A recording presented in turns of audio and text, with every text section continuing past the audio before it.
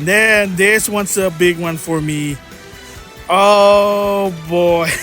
And that is, so in my previous video about the history of Capcom versus SNK's collaboration, I said if I'm thinking Capcom would do a Capcom versus SNK collection, it would include Capcom versus SNK, Capcom versus SNK Pro, the sequel, Fighting Evolution, and a prototype of the Fighting All-Star. Well, I was close to some extent because Capcom announced Capcom Fighting Collection 2. Yes, the sequel. So again, so it kind of pays off doing this Capcom test, or what I call it, the high franchise test. A lot of people did buy Fighting Collection 1 because of Darkstalker. Hopefully there will be a new Darkstalker.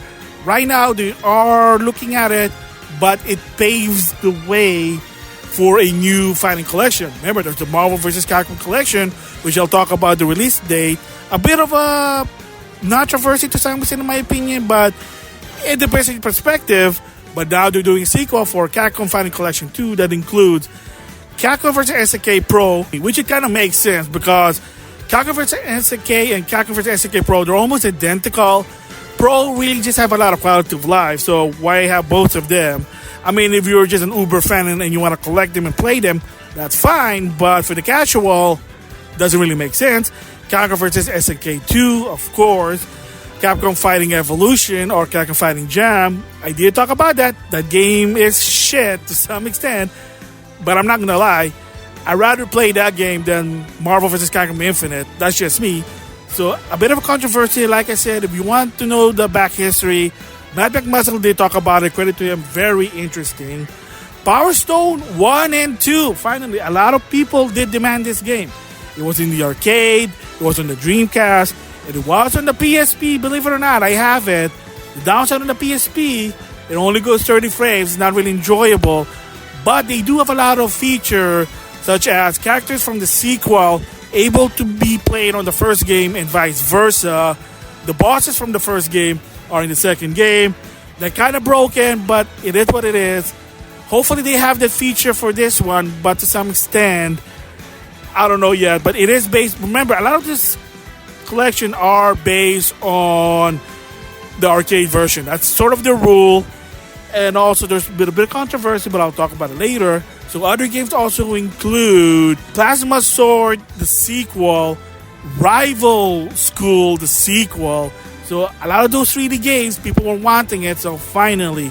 So you might say, oh, this kind of sucked that no Capcom vs. SNK, the first one, no Rival School 1, Plasma Sword 1, etc., etc., etc. Even some people said, where's Tech Romancer? I'm going to say be patient. Maybe Capcom might do some new collection in the long run.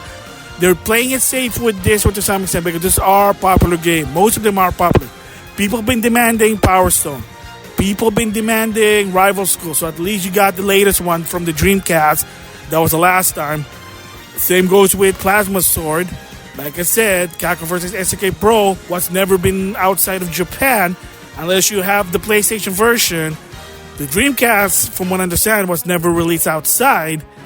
Of course, you got Capcom vs. SNK 2. The best part, it even has EO and GameCube mode, which is, again, if you follow, it's basically the Xbox, GameCube, respectively. However, even with a lot of these games coming out for the collection, props to Capcom, there are some minor caveats that they have to do. Maybe it is 2024, maybe it's the FCC, maybe it's regulation, maybe it's the ESRB, who knows. There are things that they're going to have to omit. So in Capcom Fighting Evolution, Dimitri's Midnight Bliss is going to be modified. And one of the endings for Power Stone is going to be modified as well.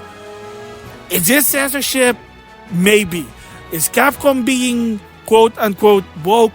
Maybe. Is it something to do with the ESRB? Maybe. Because remember, in the Fighting Cap collection, the Darkstalker game, they got rid of the secret ending, which is basically more again illiterate or naked. I did talk about it before. Here's at least a good side. You can find it on the internet. Second, if you have the PlayStation 1 version of Darkstalker 3, I have it.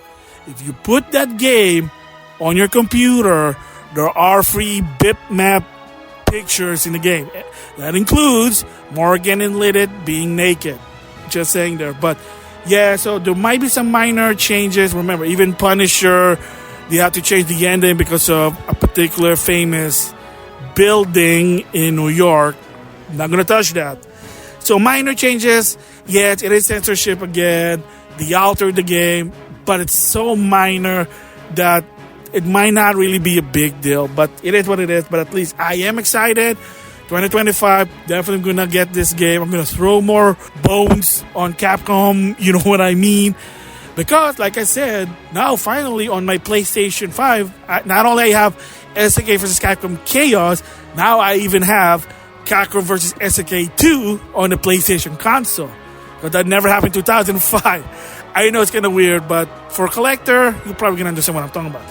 So, speaking of collection, Marvel vs. Capcom Collection finally has a release date and more info. That I can't believe they actually managed to do this. I'm assuming the reason they didn't reveal the date until now, because first of all is Norimaru. So if you don't know that story, it's a Japanese comedian who hates Street Fighter. I think that's his spiel. I did talk about it. And credit to a lot of people, including Event Hub, that said the history behind it was they actually want to show this character worldwide. Marvel said no because it's going to make the Marvel characters look bad. So the compromise was it will be a Japanese exclusive. That's always been the deal. Even on the arcade or console, this guy was never outside of Japan unless you play a ROM, if you know what I mean. I kind of did that in the past. Finally, if you look at the website, the update date with the hidden characters and Norimaru.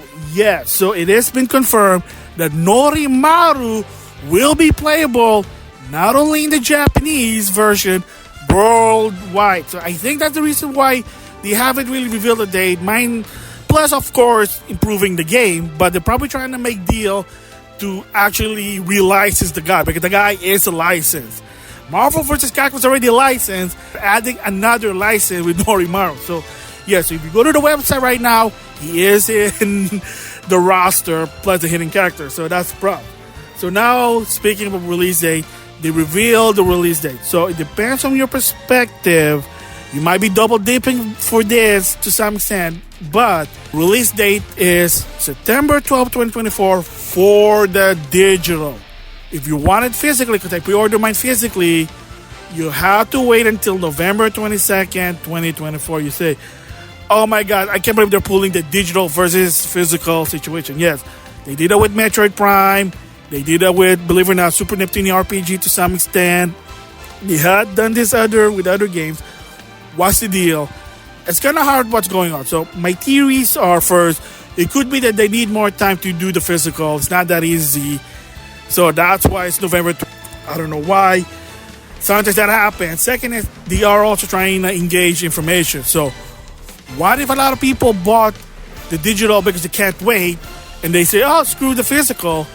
That also could be a good thing, a bad thing. It depends on your perspective. I don't know why that's far apart, but it is what it is. I mean, look at the limited run.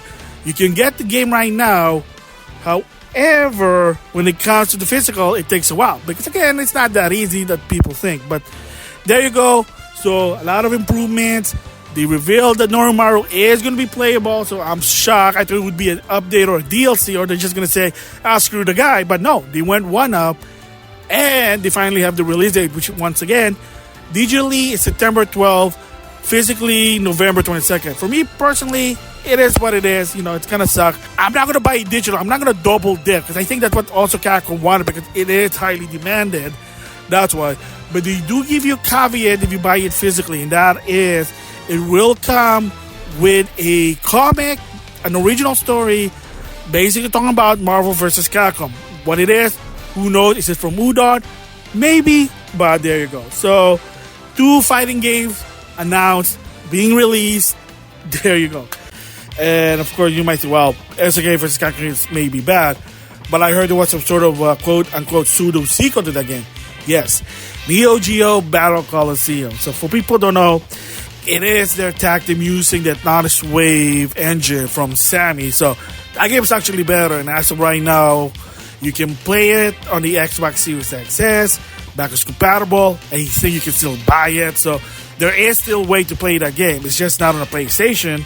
A lot of people want that because not a lot of people are buying Series XS. So it is what it is. Neo Geo Battle Colosseum, like I said, it's a pseudo sequel. because some of the characters from SNK vs. Capcom Chaos are back. So you got Terry, Rio, Mai, Kim, especially Genjuro, Shiki, Mars People, and Athena. So yeah, the biggest one, of course, is Athena and Mars People are back. And the reason why it's sort of a pseudo sequel, because like I said, because of the SNK roster, they're back. Of course, granted, some of them are from different games, such as Terry, obviously Mark of the Wolf design, which I prefer that. And then, of course, Rio, his getup, for people who don't know, is from Buriki 1, which is Neo Geo's 3D game. Supposed to be a UFC game. One of the main character, Guy Tendo, once it came out in 1999 in a Dreamcast version. Came out in 11, he was a playable character. And he has simple inputs, different story there. So you got Rio as from Buriki 1, and of course you gotta parity it with Robert, that's why he looks different too. And then they add some new characters such as Marco for Metal Slug, Cyber Wu for King of Monsters, and like I said, Summer Shonen characters, finally, Hamaru and Nakoruru, and the biggest one is Ashura from Samurai Shodown 64 is also back. And better gameplay, better mechanics, better concept behind it, and a lot of a more all-star game, because this is what happened when you do an SNK All-Star from SNK vs. Capcom Chaos. So, GEO in his 99 getup, and then you're adding K, Shermie, like that. So, is it true that it is based on SNK vs. Capcom Chaos? To some said, possibly, because they think, well, that game wasn't good. People basically talk negative about the game. Again, it is what it is. Obligation. So they decided to do an improved version, and that's why you got Neo Geo Battle Colosseum. Hopefully this game is going to be on Steam and the PlayStation console, but we'll just have to wait and see there. And of course, Capcom side, they did Capcom Fighting Gem or Capcom Fighting All-Star. Credit to Matt McMuscle for the story. It was based on Capcom All-Star for like during the time where allowed the SNK employee went to Capcom, yes, including Shinkero. As of right now, he is a Capcom artist, so props to that one. Anyway, yeah, so credit to Matt McMuscle, he did a video about that one. Gist of it is, they were trying to do a Capcom All-Star in its 3D engine, going to be something different. Unfortunately, the people behind it were former SNK. The game didn't do good, the 3D engine wasn't running, and the belief was that the majority of the people who work on the game did not have experience of doing 3D games, so they just scrapped that one instead. They just said, you know what, we got this asset from Capcom vs. SNK and other fighting games, why not just put in here to cut and paste? So they did a 2-on-2, and they just put in characters from Darkstalker, Red Earth, and 3 different Street Fighter. The boss is Pyro, hidden boss is Shinakuma, and of course, one of the new characters original is Ingrid, which is based on Capcom All-Star. I don't know what happened to the other two, and then the game was bad. So if you want to know more about that game, like my muscle video, worth watching it in my opinion.